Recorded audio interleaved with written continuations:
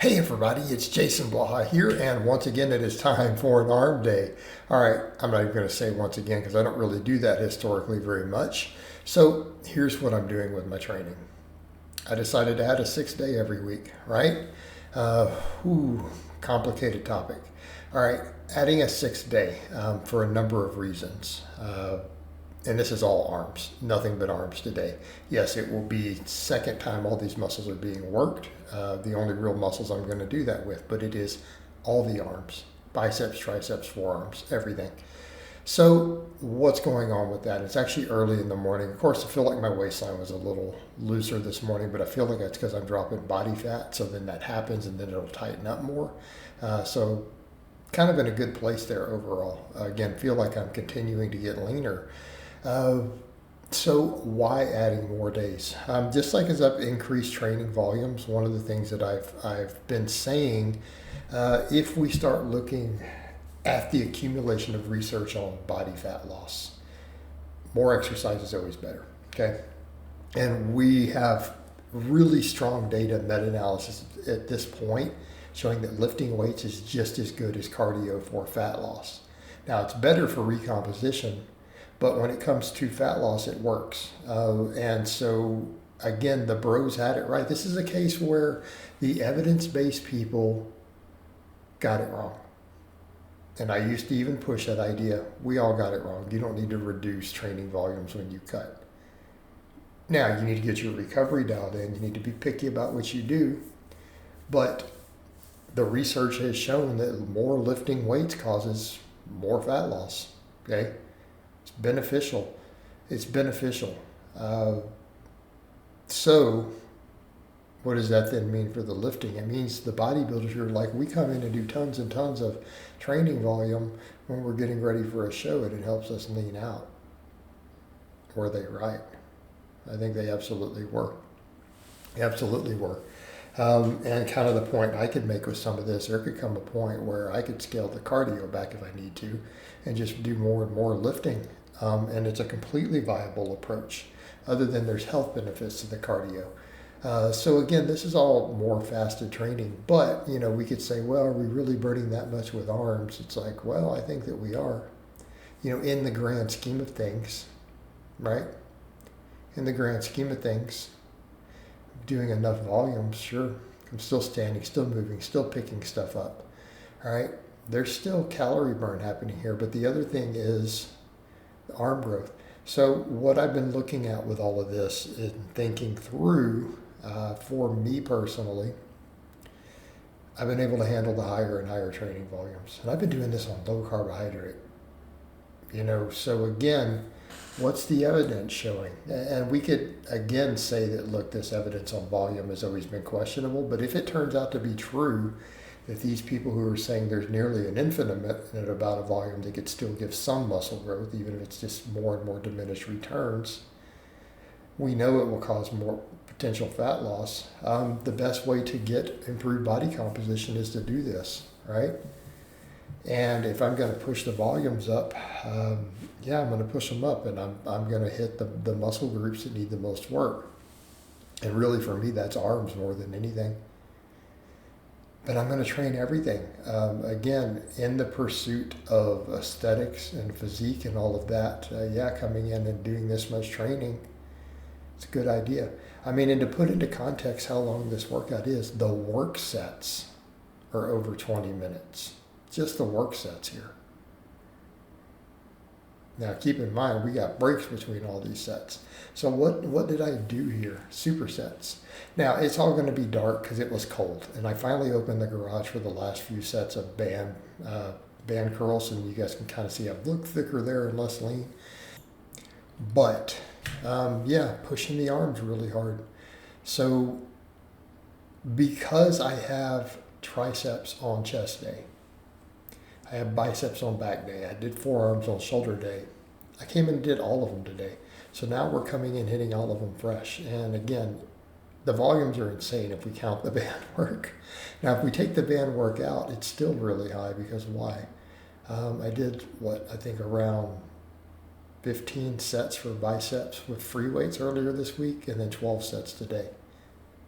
That's before all the band stuff. I mean, when the bands are added in, in the ballpark of 50 sets of curls. It's not counting the pull-ups and the rows. Now the difference can be on the triceps. I'm going to do a little less. The reason I do so much volume for pressing and other stuff that it's triceps, but it's still over 20 sets at this point. Okay,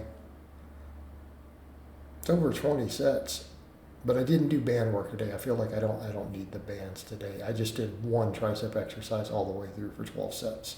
So what did I do? I did my barbell curls. Now I didn't gain reps on these. Those didn't go up. The other stuff went up. I didn't gain reps on the barbell curls. They're pretty much stuck where they are, but keep in mind I added that range of motion the other day, and I've replicated that again today. So going all the way up to the face, taking the barbell curls to the longest range of motion possible. So again, maximizing bicep development on that. So I did 6 sets of 12, and that's right about my limit. It's all I can handle is about 12 reps. Now these I got more reps kind of as I went. I got into the groove of doing those extensions. What's interesting enough, I found I can't put the easy bar there on that bench. It's just that the plates are on the inside of the J hooks, because I like the easy bar a little more, right? But those ended up being 15 plus reps once I started pushing them hard. First set or so was like 12, 13, 14. Then I realized I could really take it out farther. So we ended up doing 6 sets of 12 on the barbell curl, right? With that full range of motion, nice straight barbell curl. And I feel like the barbell curl is done like that is probably the best base builder for your biceps. Now, can we make the case for things like the preacher curls and other stuff? Yes. Particularly if we want more brachialis, we definitely want to work that lower insertion more, because we do need 2 movements for everything. Now, if people say, well, how come you only did 1 tricep today? Because all that pressing counts as its own movement pattern. So technically, I could combine this with the pressing and be good. And honestly, I don't know that I need all the variation I even do, because again, I do enough pressing that I could almost pull those incline extensions out and just do that type of extension right there and work the whole tricep.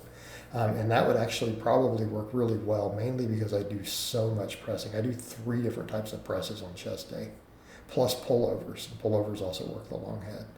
And then, of course, I overhead press on shoulder day. So realistically, I'm hitting 15 sets of presses per week, or other big compound movements that are hitting the triceps. That's a lot of variation. So I do want to, though, come in, though, and pick good movements. So I've also debated even just pulling the incline extensions out and just doing this extension here, because I feel it really, really effectively. And then I can do band work for the pump work at the end on the other day, right, on the chest and tricep day. So that may be an option.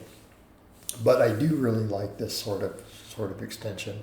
It really does light the tricep up. Although I'm thinking maybe I'm going a little too light on these, but again, more reps isn't bad, because we get heavy work anyway, so it's not like I don't have heavy work. I do rep work with 315 on the flat bench. Okay, that's what I did this week. We're getting heavy work. Between the flat bench and the incline barbell, we got plenty of heavier work in there. So I can probably get away with this and just, again, pursue the really high rep fatigue, right? Just continue to pursue it. And I think we benefit from multiple rep ranges, and that's been the nature of this. This is a purely bodybuilding day, but the rest of the week it is power building, because I do heavy squat, heavy bench, heavy deadlift. But everything else is just going to be reps, volume, challenging sets, trying to be strict, trying to work all the angles. Need to absolutely maximize muscle growth, right? I need to maximize muscle growth. And I need to get leaner and leaner and leaner. And this is how we do it. So what do we do next? Preacher curls. Now, I did PR the preacher curls, even doing the pauses. So I went up a little bit, and I'm finding I am now stronger at the preacher curls. After having done the pauses, I'm now stronger at the stuff where I pause at the bottom on most of the reps. It's not super heavy, I mean, I'm doing 50 pounds there. Doing 50 pounds. But remember when it was 40 and struggled to even hit 14, 15 for multiple sets. Well, today after doing the other curls, I got it. And it got down to about 14, I think, on the last couple sets. but we got 15 on most of them before we hit failure while supersetting it. And by the way, the pump was great here because I did 12 sets of biceps and 12 sets of triceps as supersets back and forth. So again, great arm pump, right? Absolutely great arm pump from that.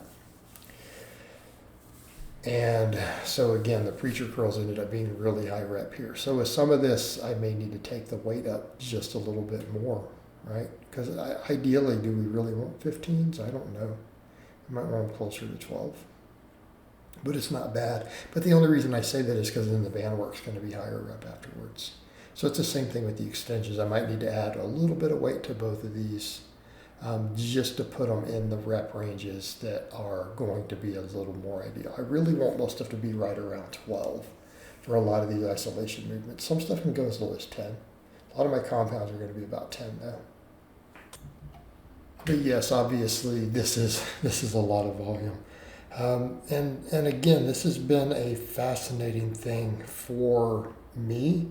Right, this has been a fascinating thing for me because this is way more training volume than I've ever historically done.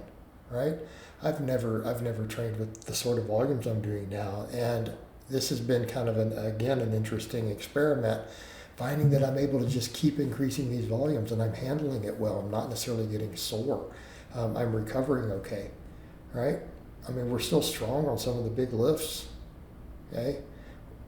And I think it is showing some stuff. And this is stuff I've observed in certain people and in clients. And I get clients who, you give them any volume, they complain and cry. And then I've seen others who, when they really dig in, they can handle huge amounts and they just adapt to it. Okay? They adapt to it in spite of stress. So it's kind of an interesting thing to note, both in myself and then different clients and stuff as a coach, of what people's tolerances are here for this stuff.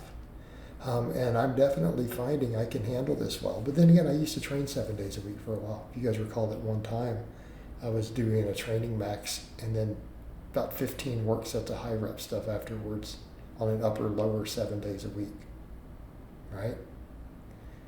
And made good gains till it got to a problem. But I feel like with this system, this is not as much true heavy work because I'm not trying to do 600-pound deadlifts and 550 squats. And again, not trying to do as many big exercises for all the volume. It's these smaller movements, right? But it's been interesting for me to note that I can absolutely handle it. I don't appear to be overtraining. I'm not getting hurt. I don't feel beat up. There's a little soreness here and there. But I think it goes to show that it's way harder to overtrain than we make it out to be. Right, we can argue about diminished returns. We could argue about that. But I mean, I've seen this noted many times. The human body doesn't overtrain that hard. It's when we beat up the structures too much, right? This is where we run into these arguments of overtraining or hurting or all these things. It's because people want to do too many of the big, heavy movements. That's where we run into problems. But we still need to do them, right? We benefit from doing them, the neural drive, the strength, the muscle density, all those things. But when it comes to all this other stuff, our pump work, even to failure, we can handle enormous amounts of it. And I'm kind of seeing that because it's not just the arms, it's shoulders, it's quads, right? Look how much quad isolation I'm doing. I'm starting to wonder, how much calf could I get away with if I really wanted to? And what would be the metabolic benefits? What if I started doing 20 plus sets for calves every week, all right? With my big calves. And we can handle this stuff. But again, when did I run into overuse? It's on big things. Chin-ups, too many chin-ups, for example. Yeah, cause some shoulder issues.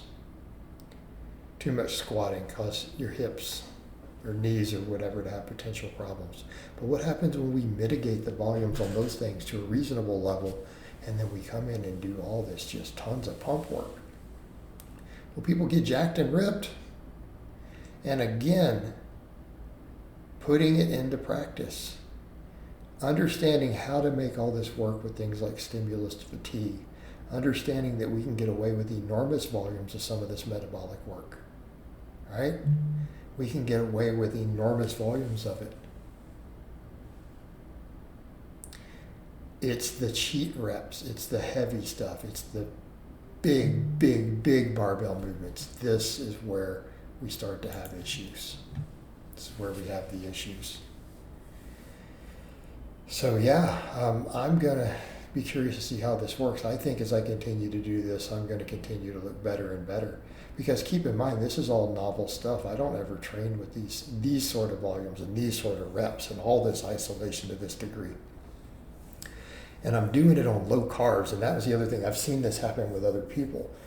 And I used to question, how is this even possible? But if other people can do it, I can do it. And that's exactly what I'm doing. Doing all this fasted cardio, this is all fasted. And we're doing it on 50 grams or less of carbohydrate a day. There's carbohydrate in my Mutopia or my Greek yogurt. That's basically my carbs.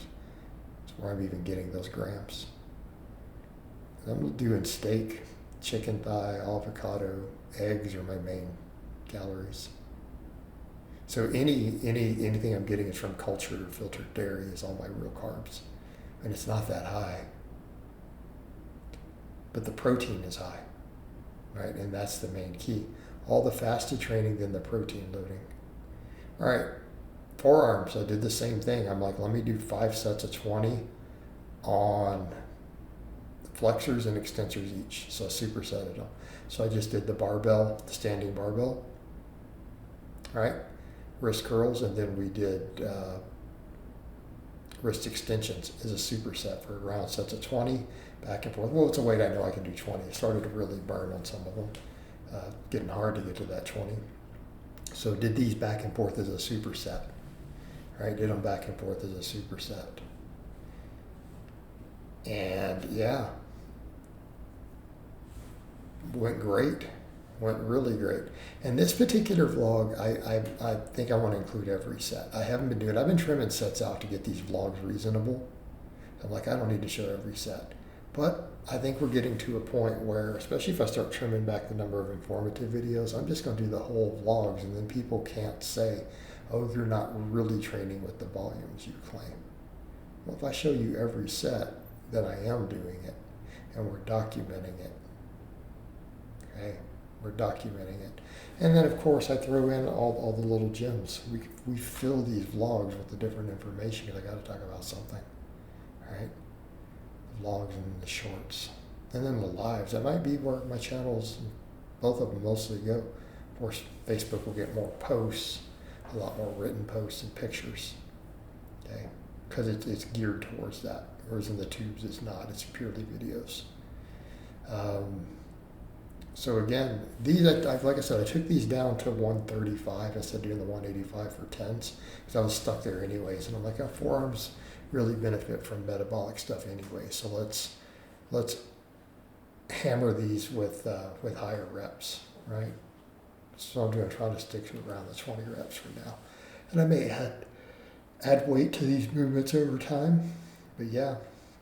Just getting that forearm pump, and it worked the same thing, just like the opposing muscle groups in the upper arm, we did the same thing in the forearm. Now, it was not as much volume, because I probably don't need as much. I mean, we can make the case that I could. Could I take these up to 10 sets each? Maybe. 20 would seem crazy, though. But then again, we've been doing it on biceps and triceps. And we'll see what happens with that. If a lot of these evidence-based people with the newest studies are right, we'll see growth. Right? We'll see growth. Particularly with the protein overfeeding, whether I'm in a deficit or not, we should see that. So again, just continuing to improve. But again, arms have to come up. Of course, my calves are looking thick there. All right, at this point, I think the calves are growing. I had good calves before, but I've been doing calf work. I'm like, I don't see any difference. I'm starting to see them look fuller now. I think we are seeing a difference. I don't know what they measure. I haven't measured anything real recently again. Haven't had the need to. But, so we did this, and then, of course, we finished up with band curls. I got to the band curls, though, and I just did 4 sets. And I went with a heavier band, though, so we progressive overload. So I increased weight on the preacher curl, right? And then we increased the band tension, and I still got right around 20-ish.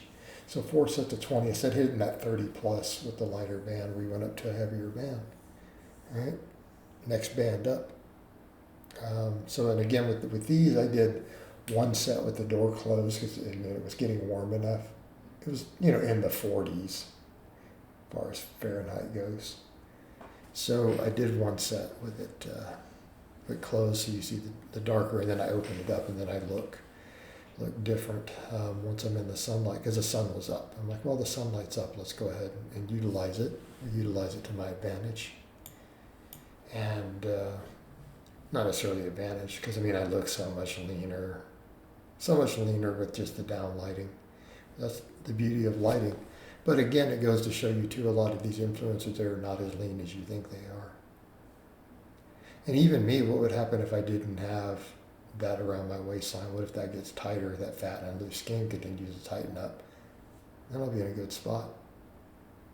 In a really good spot. Because everything else is pretty lean. But we need to keep getting leaner. The only way to get there is to just burn body fat. So then we're in the sunlight. But even then, abs are still showing there.